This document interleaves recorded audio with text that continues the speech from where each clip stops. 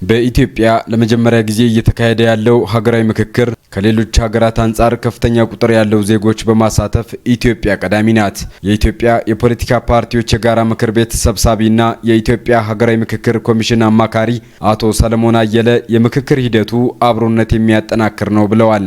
ጥያቄ ያለኝ የሚል አካል ሁሉ በዚህ ወርቃማ ዕድል ሊጠቀም ይገባል ያሉት የጋራ ምክር ቤቱ ሰብሳቢ በምክክሩ ለተሳተፉ አካላትንም አመስግነዋል። መነሻ ነገሮች በደንብ የተጀመሩባቸው ትውውቅ የተደረገበት አንዱ ማህበረሰብ ከሌላው ማህበረሰብ ጋር መስተጋብሩን በደንብ የታየበት የአብሮነት መገለጫዎች የታዩበት ነውና ያ አንድ ትልቅ ሙሉ መላ ኢትዮጵያ ውስጥ ያለው የተለያየ ቋንቋ የተለያየ ባህል ጭምር ያለው ተገናኝቶ በአንድ ላይ ለመምከር የተዘጋጀበት የመጣበት ሂደት ትልቅ ልምድ ያገኙበት ነው ብዬ ነው ወስደው። ከዚህ የተሻለ የፖለቲካ ገበያ የለም። ከዚህ የተሻለ ማህበረሰቡን የምታገኝበት እድል የለም። እንደውም ለፖለቲከኞች፣ ለፖለቲካ ፓርቲዎች፣ ለፖለቲካ ድርጅቶች፣ ለፖለቲካ ልሂቃን ትልቅ የፖለቲካ ገበያ ማለት ይሄኛው ነው። ምክንያቱም ከታች ጀምሮ ከወረዳ ጀምሮ ከማህበረሰብ ክፍል ጀምሮ አጠቃላይ ያለውን ኢትዮጵያ ያሳተፈ የጋራ ምክክር ነው ይሄ። በዚህ ምክክር ላይ ተገኝተ ሐሳብ ሰጥተ ሐሳብ የምትቀበልበት ነው። ስለዚህ በዛ ውስጥ ያልተሳተፉ የፖለቲካ ፓርቲዎች እንዲሳተፉ፣ ትጥቅ ትግል ላይ ያሉትም ቢሆን እንዲሳተፉ፣ ሐሳባቸውን በዚህ ላይ እንዲያነሱ፣ ሐሳባቸውን ህዝባዊ ማድረግ እንዲችሉ ጥሪ አቅርበናል። ያን ጥሪያችንን ተቀብሎ የኮሚሽኑን ጥሪ ተቀብሎ የጋራ ጥሪ ተቀብለው የመጡን ፖለቲካ ፓርቲዎች አሉ። እጅግ አድርገን ከልብ ነው የምናመሰግነው። ከሐሳብ የተሻለ አማራጭ የለም በዚህ ሰዓት ላይ። የአማራ ብሔራዊ ንቅናቄ አብን ሊቀመንበርና በክልሉ የሚንቀሳቀሱ የፖለቲካ ፓርቲዎች የጋራ ምክር ቤት ሰብሳቢ አቶ ተስፋውን አለምነህ ኮሚሽኑ ያመቻቸው ይህ የውይይት መድረክ ትልቅ ፋይዳ አለው ብለዋል።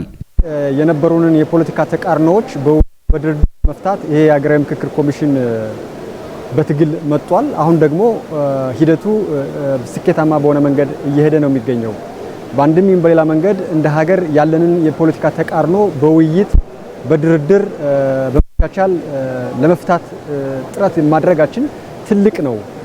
ለሚቀጥለው ትውልድ የምናወርሰው ሰላም፣ የምናወርሰው ዲሞክራሲ፣ የምናወርሰው አንድነት ነው የሚኖረው። የትኛውንም አይነት የፖለቲካ ልዩነት፣ የትኛውንም አይነት የፖለቲካ ተቃርኖ፣ የሐሳብ ልዩነት ወደ ጠረጴዛ ያመጣል።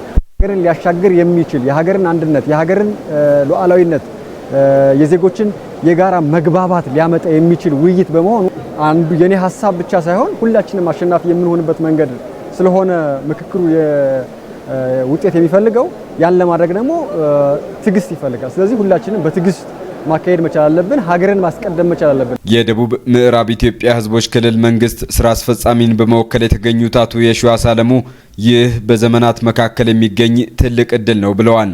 ይህ የምክክር መድረክ እንግዲህ ትውልዶች መካከል እጅግ በጣም በአንድ ጊዜ የሚገኝ ወርቃማ እድል ነው። ስለዚህ ይሄ የተወሰኑ አካላት ብቻ ተሰብስበው የሚያደርጉት ውይይት አይደለም። እጅግ በጣም የሆነ በሂደቱ ላይ ኮሚሽኑ የተጨነቀበት ፓርቲውም ይሄ ነገር መሳካት የፖለቲካ ችግሮቻችንና ማህበራዊ ጉዳዮቻችን ይፈታል ብሎ ያመነበት ጉዳይ ስለሆነ ስለዚህ በትውልዶች መካከል የሚገኝ እጅግ በጣም ወርቃማ እድል ሁሉም በኃላፊነትና በእኔነት መንፈስ መወጣት ያለበት የሚል ጉዳይ ስለሆነ የምናየው በግል ተሳታፊ የሚመለከተው በጣም በተለየ ሁኔታ እንደ ታሪካዊ ኃላፊነት አድርገን ነው የሚመለከተው። የሹም ተንቤን ፓርቲ ተወካይ ሚኪ ተስፋዬ፣ የኢዜማ ፓርቲ ተወካይ አቶ ግርማ ሰይፉና ሰላም ለኢትዮጵያ ጥምረትን በመወከል የተገኙት አካላት በምክክሩ ኢትዮጵያን የሚጠቅሙ ጉዳዮች ላይ እንደሚወያዩ ጠቁመዋል። ስለ ምክክሩ ባልተጨበጠ ጉዳይ ላይ በማህበራዊ ሚዲያ ሐሰተኛ መረጃ የሚያሰራጩ አካላት መሰረተ ቢስ መረጃዎቻቸውን ከማሰራጨት እንዲቆጠቡ የጠየቁት የተለያዩ የተፎካካሪ የፖለቲካ ፓርቲ አመራሮቹ ይህ ተቀባይነት የለውም ብለዋል። እንግዲህ እስካሁን ለዚህ የተቃወሙ ያሉ ኃይሎች ለዚህ ከጅምሩ ምክክሩ ከጅምሩ ያልተቀበሉት በትጥቅ ላይ የሚያሉ ኃይሎች ናቸው እስካሁን ቅሬታ እያቀረቡ ያሉ እንጂ ከጅምሩ በዚህ ምክክር ላይ የተሳተፉ ሙሉ እየተሳተፉ ነው ብቻ ሳይሆን ከዚህ በፊት እንዲያውም ቅሬታ የነበራቸው ለምሳሌ በትግራይ ፓርቲ ነን እኛ የምንቀሳቀሰው አረና ፓርቲ ተቃውሞት ነበር ይሄንን ማለት ነው። ለምሳሌ አሁን በዚህ ጉባኤ ላይ ተሳታፊ ሆነዋል። ወደ 3 ፓርቲ አካባቢ ከመጀመሪያው አጀንዳ ከማሰባሰብ ሳይተሳተፉ ቆይተው አሁን ግን ሙሉ በሙሉ ተሳትፈዋል ገብተዋል ማለት ነው። ስለዚህ እንዲያውም ያልነበሩ ነው የተቀላቀሉት ማለት ነው እና በጣም አሪፍ ነው ቆንጆ። እኔ ውይይትን የሚጠላ አካል ጤናማ አስተሳሰብ ነው የሚል አመለካከት የለኝም። የተለየች ሀገር የለችንም። ያለችን አንድ ሀገር ነች። የኢትዮጵያ ከፍታ ላይ ነው የምትሰራው።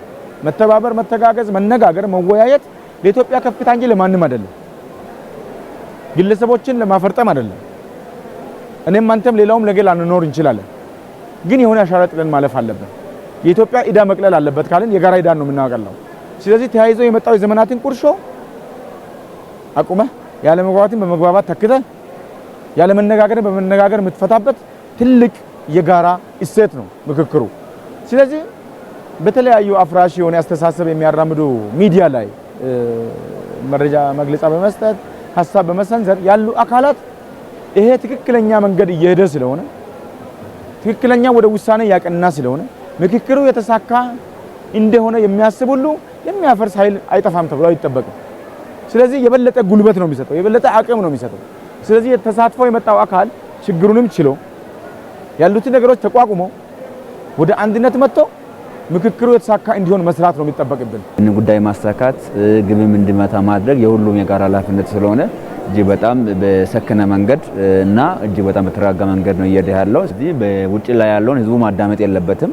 ስለዚህ የወከላቸው ህዝቡ በተለያየ ማህበራዊ መሰረት የወከለው ህዝብ የራሱን ጥያቄ ይዞ የራሱን ሀሳብ ይዞ እየተወያየ ነው ያለው፣ እየመከረ ነው ያለው። ከዚህ ሁሉ ግለሰብ አይደለም የሚያሸንፈው፣ የሆነ ቡድን አይደለም የምታሸንፈው፣ ኢትዮጵያ ናት የምታሸንፈው።